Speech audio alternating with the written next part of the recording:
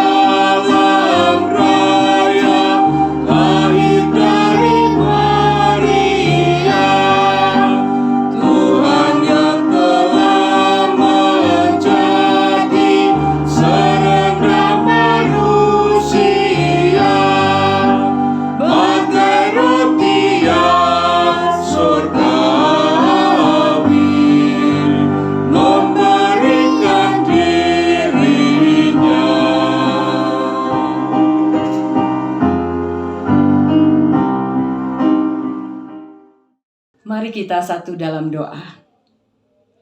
Bapa kami di dalam surga, kami bersyukur Tuhan kalau pagi hari ini kami mau bersekutu bersama, kami mau mengikuti ibadah harian GKI Batu.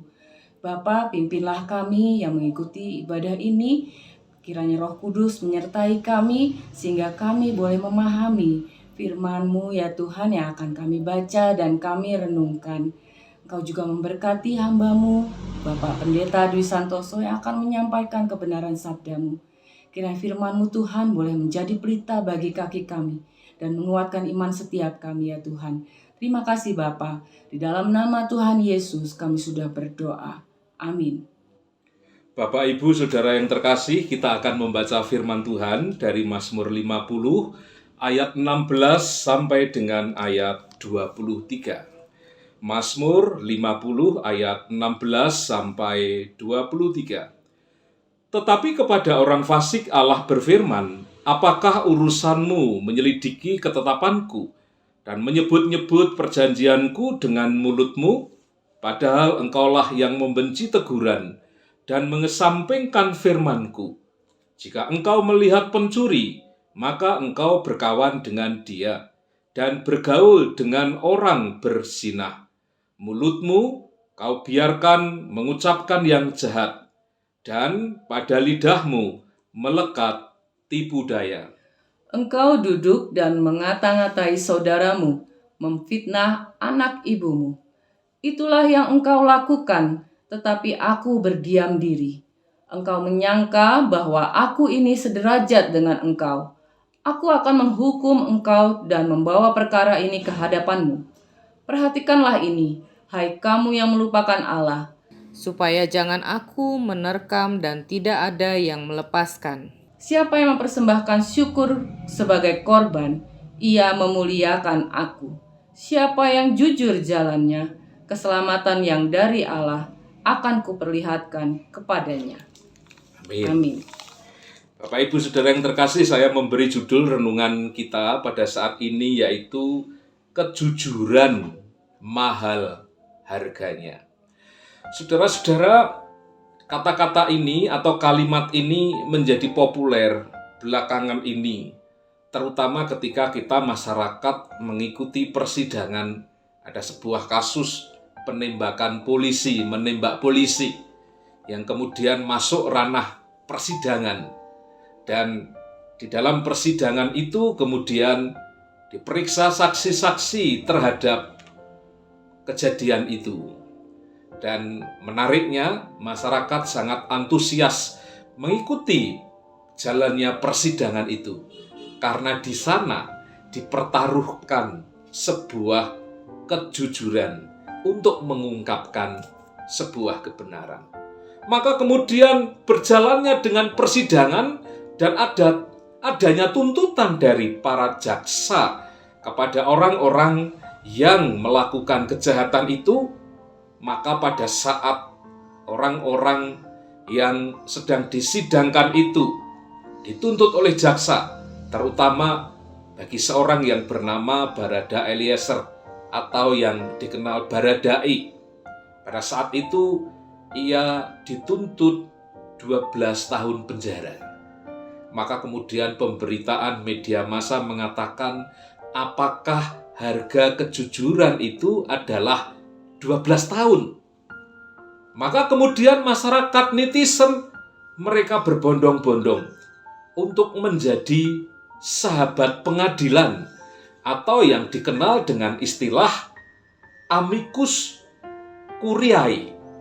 Ya, istilah ini tiba-tiba terkenal menyeruak karena merasa bahwa seorang yang bernama Barada Eliezer yang telah mengatakan dengan jujur apa yang ia lakukan, apa yang ia lihat, itu mendapatkan tuntutan 12 tahun penjara.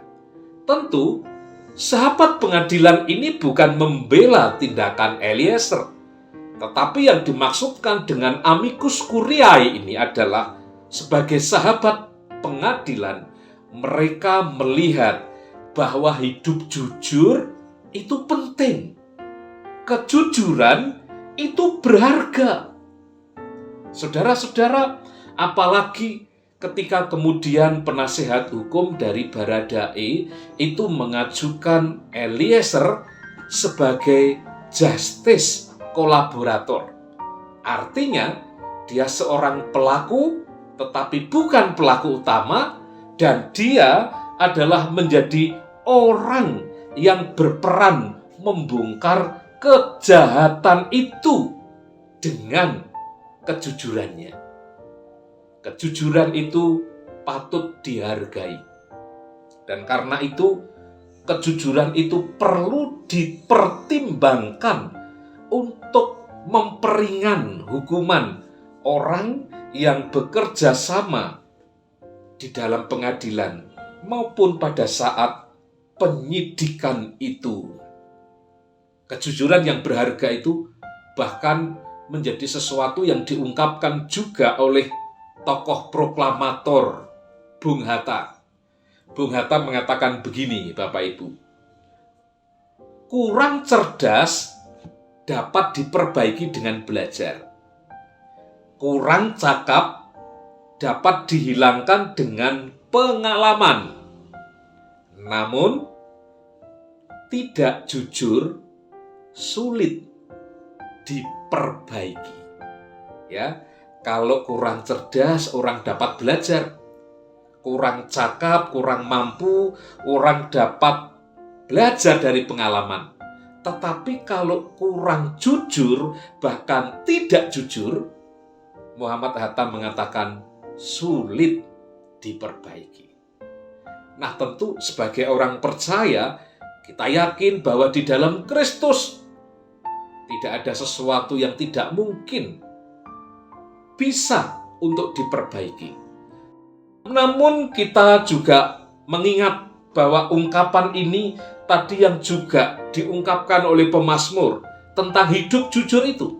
Betapa mahalnya hidup di dalam kejujuran itu. Firman Tuhan menyukai, tadi mengatakan bahwa firman Tuhan mengatakan di dalam pasal 50 ayat 22 dan 23 bahwa Tuhan itu menyukai orang yang jalan hidupnya jujur. Di sana dikatakan, perhatikanlah ini, hai kamu yang melupakan Allah, supaya jangan aku menerkam dan tidak ada yang melepaskan. Siapa yang mempersembahkan syukur sebagai kurban, ia memuliakan aku. Ya, siapa yang jujur jalannya, keselamatan yang daripada Allah akan kuperlihatkan. Saudara-saudara, orang yang jalannya jujur, hidupnya jujur, itu adalah orang yang jalan hidupnya mempersembahkan hidupnya sebagai kemuliaan bagi Allah. Mungkin di dalam bahasa yang lain Roma 12 ayat 1. Orang yang mempersembahkan hidupnya itu adalah persembahan yang kudus dan berkenan bagi Allah.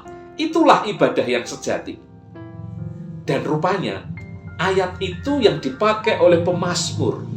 Mazmur 50 itu judulnya adalah ibadah yang sejati.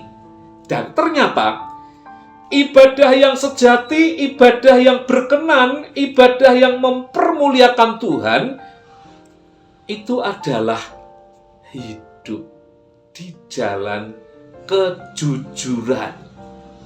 Orang yang berjuang di dalam keadilan dan hidup di dalam kejujuran, termasuk orang-orang yang jujur itu adalah orang-orang yang melakukan firman Tuhan, sekalipun itu firman Tuhan yang sulit dilakukan, yang ia tidak mampu, tetapi ia tidak mengingkarinya, tetapi ia datang kepada Tuhan di dalam kejujurannya memohon pertolongan Tuhan. Jadi saudara-saudara, kalau kita lihat di sini, orang yang jujur itu Tuhan berkenan atasnya. Maka ayat 23 mengatakan Tuhan mengaruniakan atau menganugerahkan keselamatan. Apa yang dimaksud keselamatan di situ? Yang dimaksud keselamatan di situ adalah kehidupan dalam berkat damai sejahtera. Maksudnya adalah hidup bersejahtera, mengalami kesejahteraan di dalam Tuhan. Sebaliknya, kalau tadi kita memperhatikan mulai ayat 16, orang yang melupakan Tuhan, orang yang mempergunakan hidupnya bukan untuk kejujuran, orang yang menggunakan hidupnya, ia mengerti tentang hukum, ia mengerti tentang firman Tuhan, perintah Tuhan, namun tidak melakukannya. Itu digambarkan pemazmur seperti orang yang melupakan Tuhan, orang yang mengenal Tuhan namun segera melupakannya. Ya, dalam bagian perjanjian baru seperti orang yang mengamat-amati dirinya di muka cermin. Ya, ia melihat dirinya tapi segera melupakannya. Kalau firman Tuhan itu kita ibaratkan sebagai cermin yang dapat menampilkan siapa diri kita, maka orang yang melupakan Tuhan itu adalah orang yang seperti bercermin di depan firman Tuhan, mengerti wajahnya, mengerti rupanya, tetapi ia tidak memperbaiki apa yang menjadi kekurangan yang ia lihat pada dirinya. Orang yang jujur dengan dirinya, dengan hidupnya itulah yang dikatakan oleh pemazmur ini adalah orang yang tidak membenci teguran. Tetapi sebaliknya, orang yang segera melupakan Tuhan itu dikatakan di dalam ayat 17 disebut sebagai orang yang membenci teguran dan mengesampingkan firman Tuhan. Saudara, Mazmur 50 ini sebetulnya berupa Mazmur yang di dalamnya ada isi sebuah teguran. Tetapi teguran yang dilakukan oleh Tuhan ini adalah teguran yang diberikan karena cinta. Ya, teguran yang diberikan karena kasih. Karena Tuhan peduli dan mengasihi umatnya. Ia menegur supaya manusia menjadi jujur jalannya. Dengan demikian, keberuntungan, keselamatan, kesejahteraan menghampirinya. Tetapi kalau orang masih bertahan dalam kefasikannya, Tuhan tidak segan-segan untuk menegurnya dengan keras, bahkan menghukumnya. Karena itu Bapak Ibu, mari kita belajar bercermin dari kebenaran firman Tuhan dan kita melihat kehidupan kita seperti apa. Sehingga jikalau memang kita melihat melalui cermin firman Tuhan itu, nampaknya diri kita masih terus perlu berjuang di dalam keadilan dan kejujuran, termasuk dalam hal-hal kita belum jujur terhadap diri kita, maka mari dengan kerendahan hati kita memohon pertolongan Roh Kudus supaya kita semua menjadi orang-orang yang jujur, agar hidup kita mencerminkan orang-orang yang memiliki budi pekerti yang luhur. Siapa yang jujur hidupnya akan mujur dan makmur, karena ia diberkati oleh Allah dari tempat yang tinggi dan luhur. Tuhan memberkati kita semuanya. Mari kita berdoa. Tuhan Yesus, kami mengucap syukur pada saat ini kami boleh belajar tentang kebenaran sabda-Mu. Biarlah kami sekalian menjadi orang-orang yang jujur jalan hidup kami, sehingga kami dapat memuliakan nama-Mu. Dan kami jujur mengakui di hadapan Tuhan bahwa tak mudah untuk mempraktekkan semua yang menjadi hukum dan perintah-Mu. Karena itu ya Tuhan, pimpinlah kami. Ya Roh Kudus, tolonglah kami, agar kami berani berjuang untuk hidup jujur di hadapan Tuhan maupun sesama. Kami yakin dan percaya kalau kami jalan hidup kami jujur, jalan hidup kami lurus di hadapan Tuhan, maka Tuhan tak tanggung-tanggung. Engkau akan memberikan kesejahteraan, keselamatan, sukacita, dan damai sejahtera kepada setiap kami. Tuhan memberkati keluarga kami, memberkati pekerjaan kami, dan memberkati seluruh aktivitas kami. Pada hari ini, kami merenungkan sabda-Mu, dan kami mau belajar untuk mempermuliakan Tuhan melalui laku hidup kami yang jujur. Tuhan memberkati kami dari hari ini sampai selama-lamanya. Saudaraku yang terkasih, arahkanlah hatimu kepada Tuhan dan sambutlah berkat-Nya. Damai sejahtera Allah yang melampaui segala akal akan memelihara hati dan pikiranmu di dalam Kristus Yesus. Damai sejahtera yang mengalir dari Allah Bapa, Putra, dan Roh Kudus menyertai kehidupanmu sekarang dan selamanya. Amin. Bapak Ibu, selamat beraktivitas. Kiranya Tuhan menyertai kita semuanya. Salam sehat. Shalom.